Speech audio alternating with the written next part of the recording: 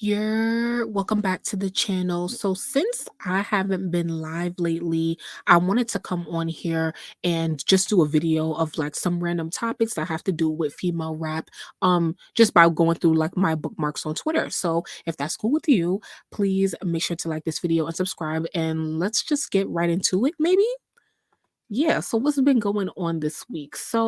Um Y'all fave JT finally debuted on the Billboard Hot 100 at number 74, which is dope because at first the predictions wasn't saying a lot. Then her fan pages were saying what the predictions were saying, which I thought it was too high. They were saying like in the 60s, but it ended up in the 70s. So she's at 74 this week for the first time by herself on the chart. This is definitely a big accomplishment for her, and it is definitely well deserved because she definitely did put in the work. So congratulations to the JT and everybody who supports her. Keep supporting her. Yeah. So next up, Flo Milli is actually on tour with Gunna right now. Their tour just kicked off, and she's opening for him. And so she has been experiencing at their first show, their opening show, somebody is throwing things at her on stage. So she walked off the stage. So I walk around like okay, this got copyright. So I walk around like that bitch. So it looks like they threw it. She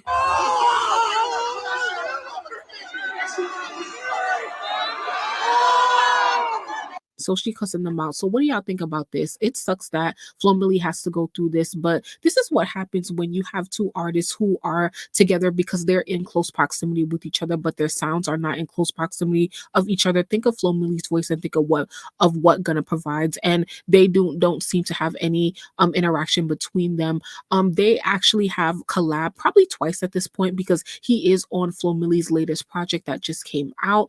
But other than that, like Gunna's audience is mostly men. Flo Milli's audience is mostly gay men and women. And so this doesn't really match up at all. And so Ari Lennox has been seen showing support for Flo Milli because she also went through that with Rod Wave when she toured with him last year. And this is what happens when you just don't have the right mixture of artists together. And it's crazy because a lot of people thought that similar things would happen to Monica being on tour with Nicki, and that has not happened yet because Nicki found an actual natural way to include her guests into the show and not make them feel like they are an opener. And that's what other acts should take note of moving forward. But also because the thing about Gunna and Flo Milli is that they have the same manager. Okay, that's why it's easy for them to do business with each other. But it just doesn't make sense from a fan perspective. So good luck to Flo Milli and what they got going on out there with what's it called?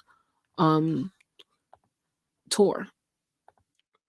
So, if you have been living under a rock, then you probably don't know that Nicki Minaj has been bringing out female rappers on her sold out Pink Friday to Gag City World Tour. And so this says Nicki Minaj, and I wanted to include something positive. So it says Nicki Minaj has brought out 9 female rappers currently during her sold out world tour. So she has brought out Bia, JT, Akbar, Jen Carter, Pampute, who is a Jamaican dancehall artist, as well as Young M.A., Katie Got Bands, Malibu Mitch, and the Real Pepper from Salt and Pepper.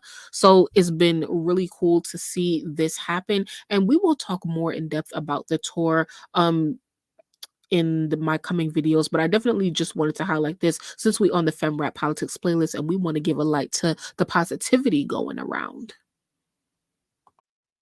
Now, did y'all see Saweetie over there calling out her label for not putting her song out? So it says, Saweetie says, I asked Warner if we could release Nani earlier. Don't say I ain't try because you know she got that song Nani that everybody want her to put it out and it's still not out yet. So this says Sweetie says Warner Music Group won't allow her to release her new music. As a fan, you can always tell who has a handle on their own career by who's controlling the release dates. This is really so true for me. It's definitely it. We all know that Sweetie has no control. I mean, come on, like she's really not a artist that really commands a lot in terms of like respect because of her musical performance, right? And so, but like it kind of sucks though because it's like it kind of feels like It's been a couple days since all of this has been reported, right? Because I've been like away, but it's like it's still not out. It's like I feel like the hype of this has died down. This song has died down because number one, we got big rap beef going on right now. We got Met Gala going on. We got a lot of things going on right now in the culture, and Sweetie's song has just really went to the wayside. So that sucks for her. Label woes. Okay, let's move on to Coi Leray. Coy says she feels like labels are behind female rap beef. She says, this is let's read her tweets.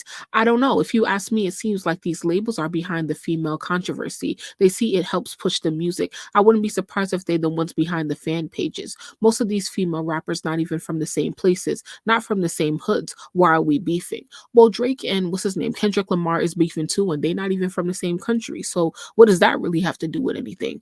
Do female pop stars have just as much beef as female rappers? I'm curious. Now, this is definitely something to talk about, but I mean, the competition does exist in music in general, but it's definitely a pillar of hip hop, and it's not so much prevalent in other genres of music, and that is why we tend to get here and we have more conflict than probably any other genre. Okay, but I also wanted to call your attention to something else that Coi Leray has said recently in regards to her relationship with Nicki Minaj. So here is a tweet on April 27th. It says, most of these female rappers, not even from the same places, not from the same hoods, why we beefing? I just read you that. So someone else responded to her saying, most of them like you. Do it to get Nicki Minaj support. Then when she turns on you, you don't have any support from any fan base. So then Koi responds saying, y'all so stupid. Me and Nicki spoke behind the scenes personally, and I never brought that to the public. Business ain't work out. That's okay. I still wish her nothing but the best. And Blick Blick is one of the greatest videos that will be in history. That's a lie, child, because I never go back to watch that video. But it's like, girl, like you still speaking on this stuff, between you and Nicki, and it wasn't really all that in comparison to all the other situations that she got with other women in rap right now, right?